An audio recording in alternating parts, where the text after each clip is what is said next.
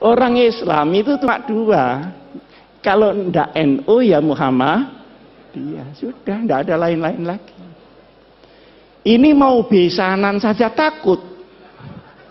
Takut tidak mendapat barokah dari masing-masing pemimpinnya. Selisih sedikit ribut. Yang satu kunut, yang satu tidak kunut, ribut. Padahal di kitabnya orang NU ada kunutnya dan ada tidak kunutnya. Tapi karena dia terkooptasi oleh golongan, ribut. Kalau tidak kunut itu begini-begini. Alhamdulillah sekarang ini sudah tidak ribut karena sudah tidak sholat subuh.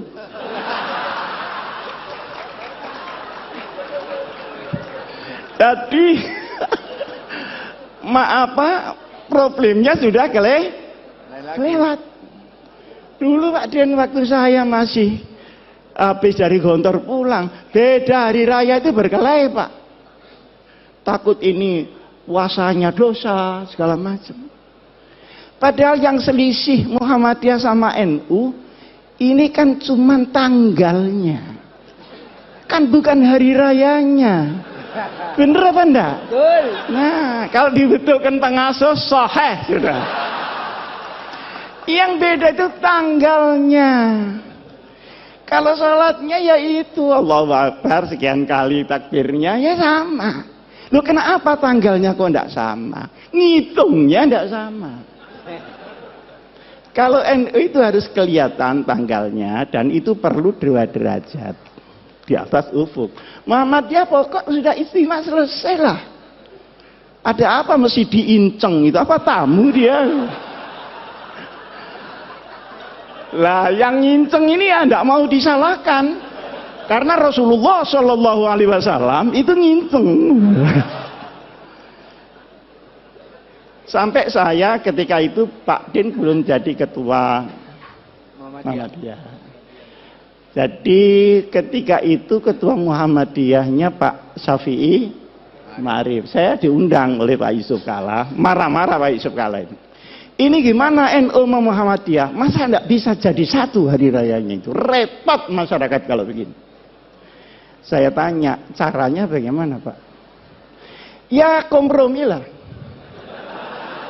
Caranya, dengan Pak Den ya, maaf, dengan Pak Den. Katanya Pak JK, bagaimana kalau Muhammadiyah turun 1 derajat? NU-nya naik 1 derajat. Oh, kalau begitu langsung cash and carry saja. Ini fikihnya pedagang itu di sini.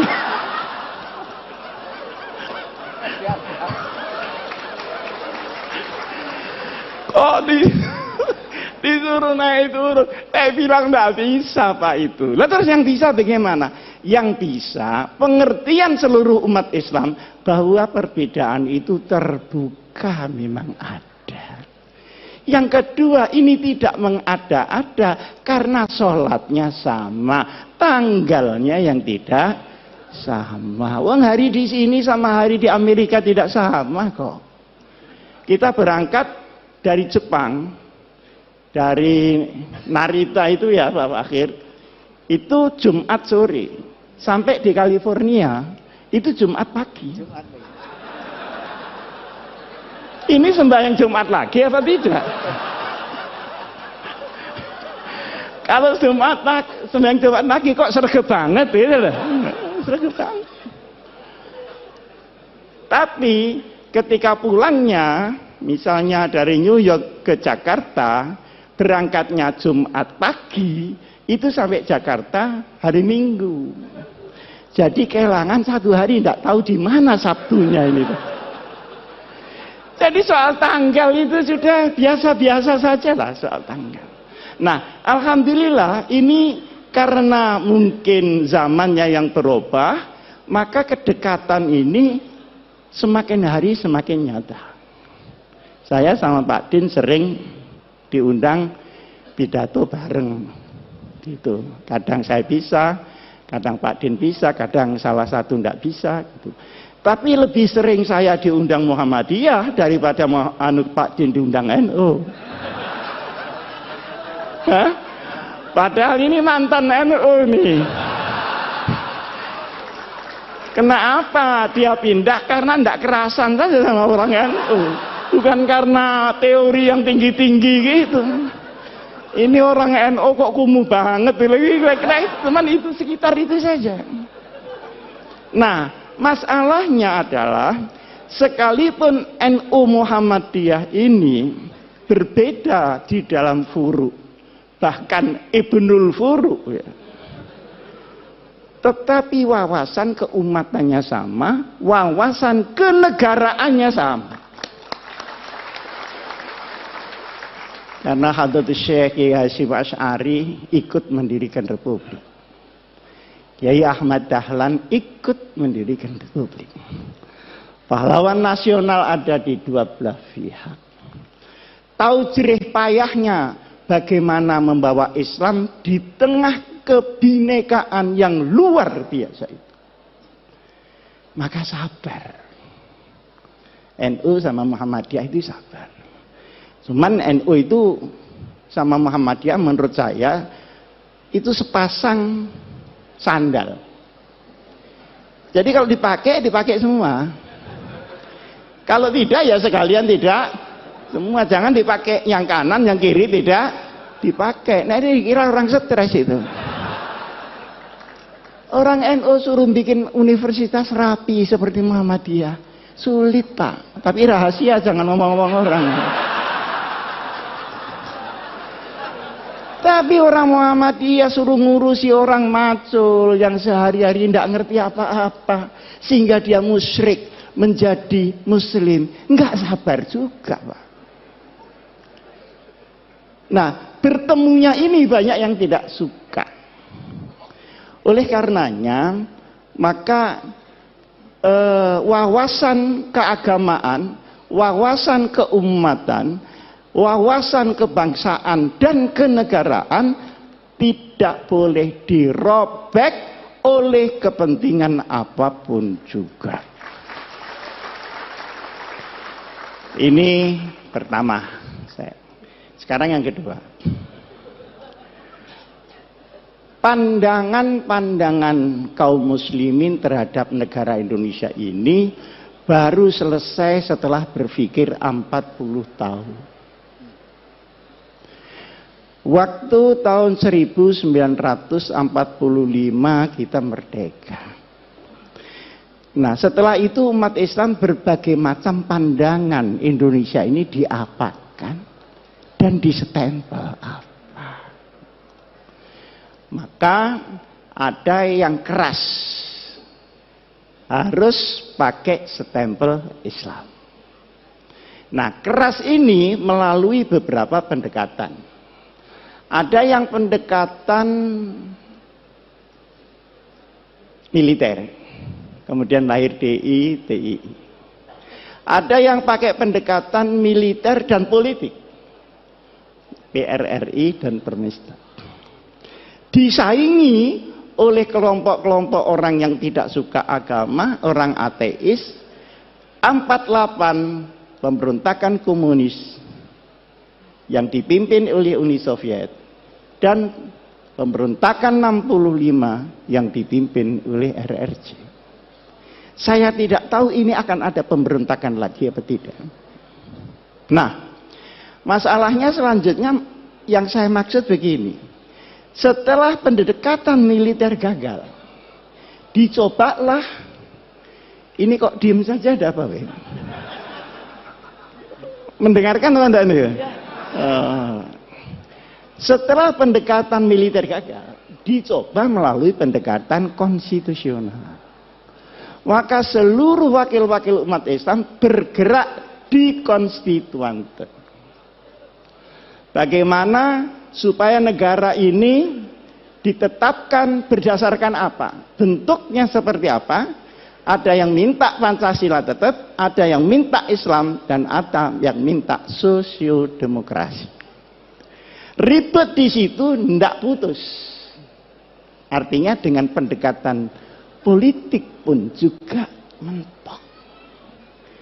Karena ini mentok dan tidak bisa berhasil, maka diambil alih oleh Bung Karno tahun 59 kembali ke Undang-Undang Dasar 45. Nah, setelah kembali ke Undang-Undang Dasar 45 ini, kemudian tahun 55 kemarin ada pemilu, tetapi kemudian tidak menghasilkan apa-apa. Baru ada pemilu lagi tahun 71. Tahun 71 orang Islam semua jadi satu, Pak. Yang Pak Idham, yang Pak Muhammad Nasir, yang Pak Kasman Singotimojo, yang Pak Nurholis Majid, yang Gus Dur, semua bersatu membela satu partai bersama, namanya Partai Persatuan. Sampai dengan tahun 82 berhasil utuh, tapi setelah itu mulai retak-retak. Maka sekarang P3 yang dulu dimodali dengan darah dan air mata, per hari ini masih layamutu wala ya. Mudah-mudahan qad aflaha man tazakka. Nah, ini perjalanan. Dari sini ulama-ulama itu berpikir, ini kenapa ya? Di sini kok enggak pas. Ternyata kesimpulannya, Islam di Indonesia seperti tadi yang disampaikan oleh Pak Fakhir itu benar. Islam dalam peradaban belum tentu Islam dalam formalistik. Di sini masalah yang timbul. Nah, akhirnya ketika diformalkan menjadi banyak tentangan dari kelompok umat Islam sendiri. Disinilah maka kemudian dikaji sampai dengan tahun 1983. Berkumpullah ulama-ulama ketika itu di Jawa Timur dan tempatnya di Sukoharjo, di pondoknya Kiai As'ad, ngumpul semua. Cari jalan supaya selamat, sudah tidak ada goncangan-goncangan lagi, ini bagaimana? Akhirnya ditetapkanlah bahwa untuk urusan ideologi negara ditetapkan oleh mayoritas bangsa yang namanya Pancasila, kemudian akidah kita tetap Islam sesuai dengan keyakinan kepada Allah Subhanahu wa ta'ala. Ini baru selesai tahun 84. Pendekarnya ketika itu mungkin banyak orang tidak tahu. Pendekarnya adalah seorang ulama namanya Kiai Haji Ahmad Siddiq. Beliau putra dari Kiai Siddiq. Kiai Siddiq itu asal dari Lasem. Kemudian karena kalah berdebat nahwu, malu pindah ke Jember. Jadi dulu berdebat kalah itu malu. Nah sekarang sudah kalah berkali-kali, alhamdulillah tidak ada malunya sama sekali. Pergi ke Jember. Saya tahun 83, ini belum pernah saya ceritakan di sini. Tapi mumpung ini ada waktu dan saya juga sudah menjelang tua, ada perlunya saya sampaikan. Saya tanya beliau, Kiai, ini penempatan negara dengan ideologi sendiri dan Islam sebagai umat Islam ini politis apa ijtihadi? Jawabnya beliau, ini ijtihadi, bukan politis. Dan silahkan pakai untuk selamanya. Nah, karena saya tidak puas, saya tanya, dasarnya apa Kiai? Kemarin saya sudah menyampaikan ke Pak Hasan, kalau setelah saya di kantor itu memang ngaji pindah-pindah begitu. Sana 3 bulan, sana 3 bulan. Termasuk ngaji di Kiai Ahmad Siddiq. Dibukakanlah oleh Kiai Ahmad Siddiq Mitsaqul Madinah, perjanjian Madinah. Iki sing bahasa Jawa. Iki si sadurunge kowe takon waca dhisik iki. Mitsaqul Madinah. Pada tahun kedua dari hijrah Nabi besar Muhammad sallallahu alaihi wasallam. Nah, setelah saya baca, ya saya bisa lah baca, wong lulusan Gontor masa enggak bisa bahasa Arab. Bisa saya baca. Komentar saya, subhanallah, ini adalah piagam yang paling orisinil untuk demokrasi dan kemanusiaan. The original conception about humanity and democracy. Luar biasa ini. Ketika itu saya membaca, tidak saya apalkan karena memang bukan mahfudhot. Tapi saya masih ingat poin-poinnya. Poin yang pertama, ukhuwah bainal muslimin. Oh, kenapa ya kok tidak ukhuwah Islamiyah ya? Ternyata kalau Islamiyah itu mesti ukhuwah Pak Fakir. Yang ruwet ini kan musliminnya. Khutbahnya wa'tasimu, keluar masjid watafar. Di dalam kita wiridan, di keluar kita ganti sandal baru, kan begitu. Jadi yang ruwet ini musliminnya. Di situ diterangkan untuk urusan-urusan yang furu'iyah sudahlah na'amaluna walakum na'malu. Untuk yang usul ini kalau ada perbedaan harus dibicarakan di antara para ulama. Jangan dibicarakan di antara di luar para ulama. Nah sekarang enggak. Ada anak Ansor sama pemuda Muhammadiyah ribut soal tahlil. Ini nyampe apa enggak ke yang mati? Kata Ansornya, nyampe. Loh buktinya, karena setiap kiriman enggak pernah kembali. Loh ini ngomong apa? Pak, ya pemuda Muhammadiyahnya ini kan enggak terima. Mana tanda buktinya? Nah kalau diserahkan bangsa begini ini Pak, innalillahi wa inna ilaihi raji'un. Nah kalau sudah sampai top dia merusak Islam, dia harus dinyatakan tegas dia berada di luar Islam. Luar biasa. Saya baru diberitahu oleh polisi. Dulu Pak Hasim, ada orang ngaku malaikat Jibril namanya Lia Eden. Bener ya? Ada orang yang mengaku Nabi Muhammad namanya Musad. Dua-duanya ditangkap. Dimasukkan di tahanan. Ditanya oleh polisi. Wahai malaikat Jibril, pernahkah ketemu Nabi Muhammad ini? Ternyata belum pernah ketemu dua orang.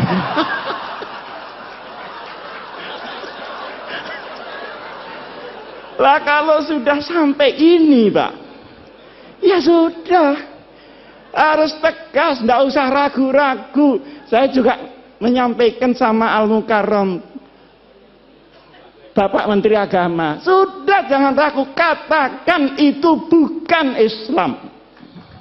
Kenapa ragu? Tapi ini jangan cuma ditepuk tangan itu. Maksud saya, yang lain-lain itu ikut mendorong lah. Supaya ada pride.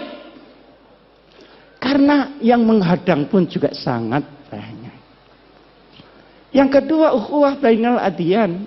Mana yang bisa dikerjasamakan dengan luar Islam, mana yang tidak. Itu jelas sekali.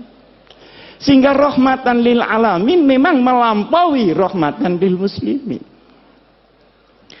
Urusan yang tidak syariah sudah. Bikin got bareng bangunan tidak apa-apa. Tapi kalau urusan yang syarak, yang akidah, ya lakum dinukum, itu ada tuntunannya Pak. Dan itu disusun langsung Rasulullah Shallallahu Alaihi Wasallam.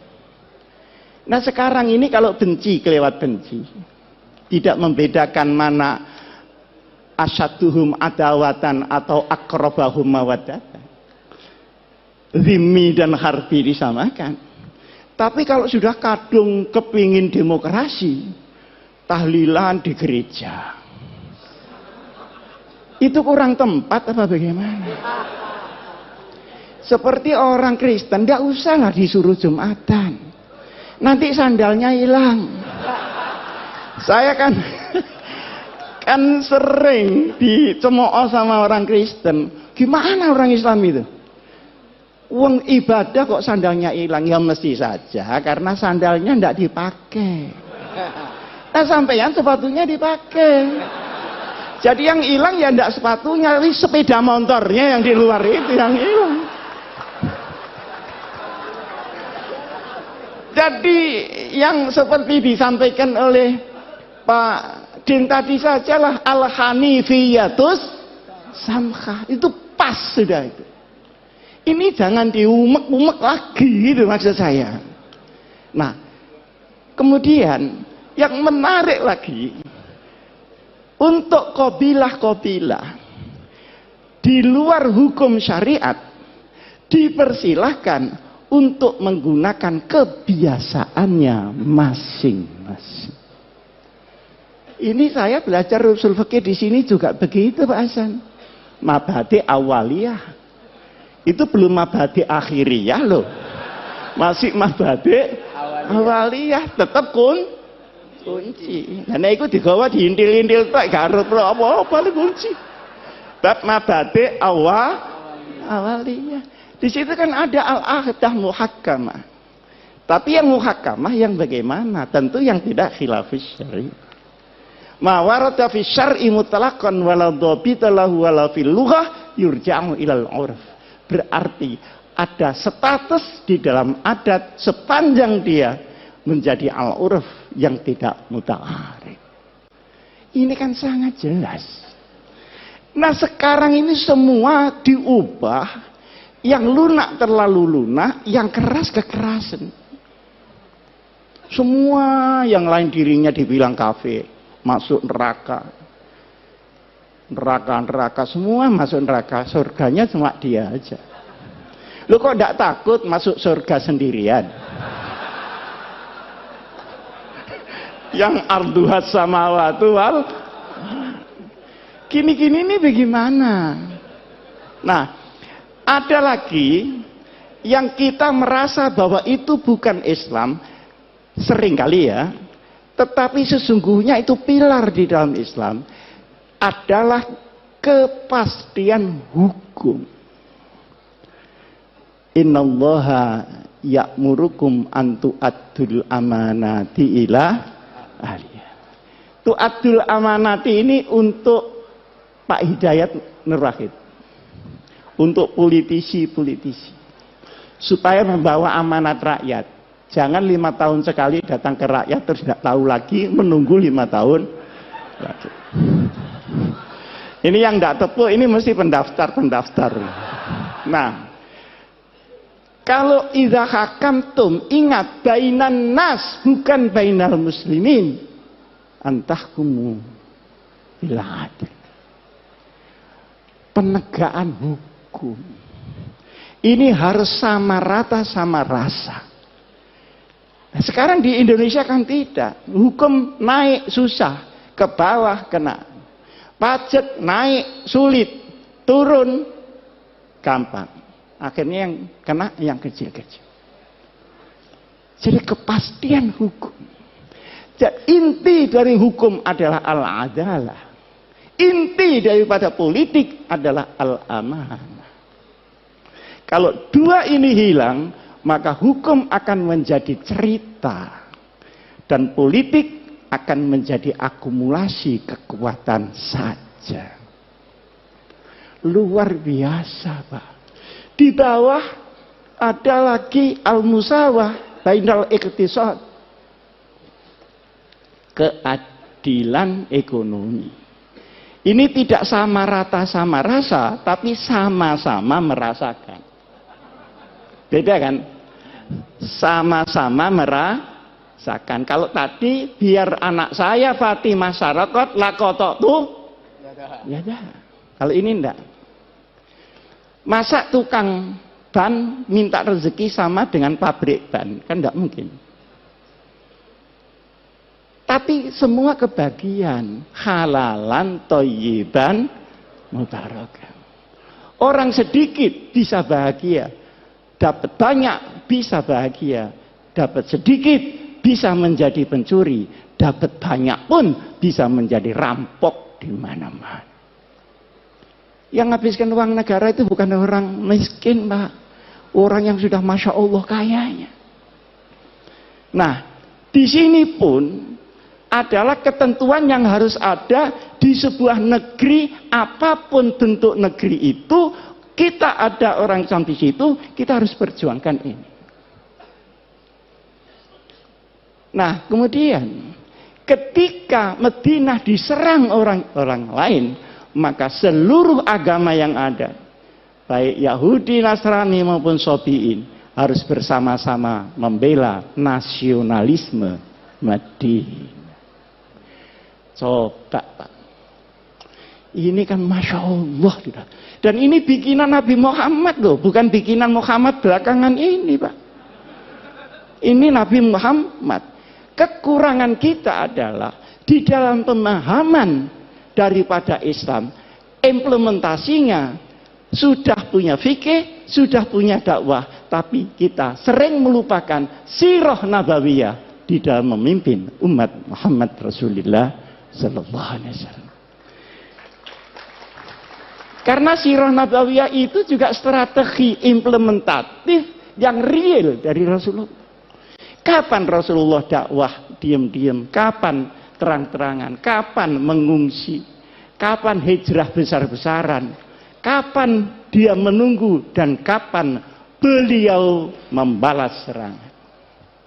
Semuanya ini harus kembali di dalam benak kita. Nah, sekarang ini para bapak yang saya muliakan, negeri yang tadi oleh para ulama diputuskan tahun 84 itu supaya diisi, jangan didekonstruksi. Kalau didekonstruksi, ruwet, habis waktu untuk mendekonstruksi, belum lagi mengisinya kembali. Lebih langsung dengan melakukan jurusan al-amru bil ma'ruf wan nahyu 'anil munkar. Seperti ada LGBT itu kok saya dengar yang teriak-teriak kok cuman saya, yang lain-lain ini gimana kok enggak teriak-teriak. Itu kan embrio supaya laki-laki kawin dengan laki-laki, perempuan kawin dengan perempuan, kan gitu maunya Pak Fakir. Kalau perempuan kawin dengan perempuan, saya nggak tahu lah karena saya nggak pernah jadi perempuan. Tapi kalau laki-laki kawin dengan laki-laki, itu mau olahraga atau mau kawin? Digempur saja. Saya juga ditanya pada Pak Hidayat, ini gimana? Gempur dari segala penjuru yang udkhulu min abwabin mutafarriqah. Jadi jangan menghilangkan amar ma'ruf, nahi mungkar, sekalipun kita tidak melakukan dekonstruksi di dalam bentuk, tetapi kita harus selalu di dalam isi. Kadang-kadang kita menemui hadis Rasulullah Sallallahu Alaihi Wasallam, al hikmatu dholatul mu'min iltaqataha aynama wajadah. Perkara yang hak itu milik orang Islam. Kalau tidak ada di tempat kamu, ada di tetangga, berarti itu milik kamu yang di sana. Ambil kembali. Jangan tetangganya dimaki-maki karena tetangga. Kalau bapak-bapak pergi ke Jepang, pergi ke Taiwan, pergi ke Korea, Masya Allah, perlindungan konsumen, perlindungan jual beli, kualitas. Nah ini ada saksinya Pak Fakhir, dilindungi oleh undang-undang. Jadi kalau kita ke Taiwan, kehilangan koper di bandara, pasti kembali. Karena mengembalikan itu biaya negara, dan tidak mengembalikan adalah kriminal. Loh, bukankah sepotong ini juga Islam? Seperti di Jepang, itu kalau ada toko malsu kualitas, langsung ditutup Pak. Jadi wailun lil mutaffifin itu kok jalan di sana, ndak jalan di sini. Sementara kita ini kalau beli makanan keliru terus, Pak. Buah-buahan katanya manis tapi kecut. Saya beli di Jalan Surabaya, Pak Din, itu lampu. Lampu itu yang kuno itu harganya mahal. 2,5 juta. Kalau yang baru itu cuma 650. Saya bilang saya minta kuno, Pak. Oh iya Pak Ji, ini tinggal satu yang kuno. Setelah diberikan saya ternyata baru kan kelihatan baru cetakan itu. Loh Pak, ini baru Pak, bukan kuno. Aduh, sampean nih kok rewel. Sampean biarkan saja. Lama-lama kuno sendiri. Mati.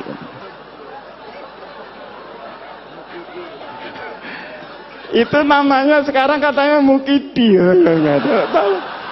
Ini lama-lama kuno sendiri.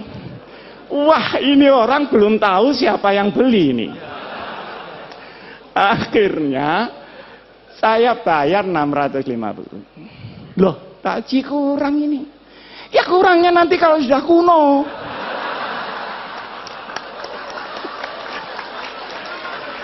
Itu kira-kira ada di Jepang apa ada di Indonesia kira-kira? Lah terus sepotong ini saja loh ya, bukan la ilaha illallahnya. Yang Islami yang mana? Akhirnya dia sadar, loh Bapak ini dari Sidoarjo, enggak, saya dari Malang. Lu Malang mana? Itu kan ada Pondok Al-Hikam, itu pondok saya. Oh kalau begitu Bapak ini Pak Hasyim Muzadi ya? Kok enggak bilang dari tadi ya? Kan malu saya kalau begini. Jangan begitu, lain kali bilang Pak kalau Bapak ini Pak Hasyim Muzadi. Bagaimana, mudah-mudahan saya ini tidak kualat saya ini. Jadi dia takut Allah apa takut Hasyim Muzadi?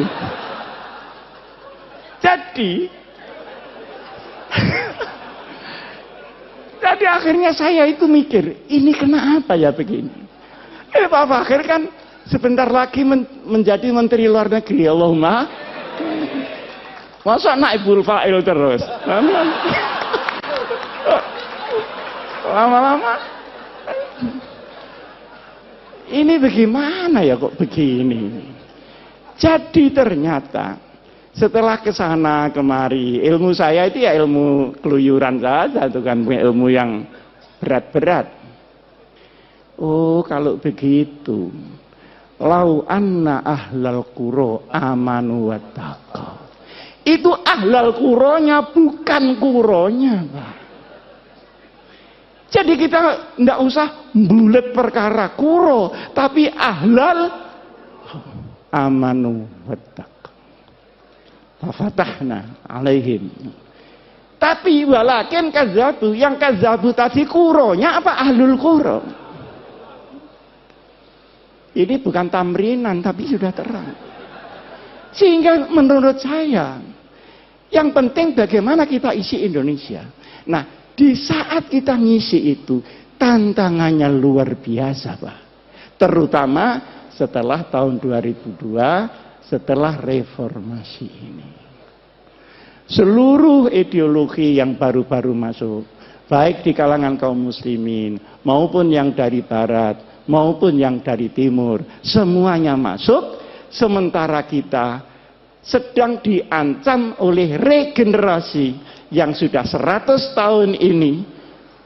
Indonesia akan ganti penduduk baru. Mereka anak kita atau anak zamannya. Ini menjadi perhatian kita. Tetapi la tayasu min rauhillah. Sekian banyak kita berkumpul.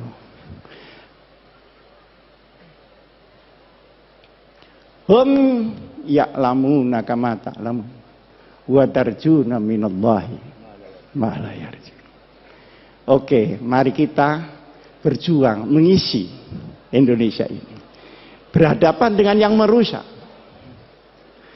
Tetapi yakinlah kalau mereka sakit, kita pun sakit. Tapi kita punya Allah, mereka belum tentu. mempunyai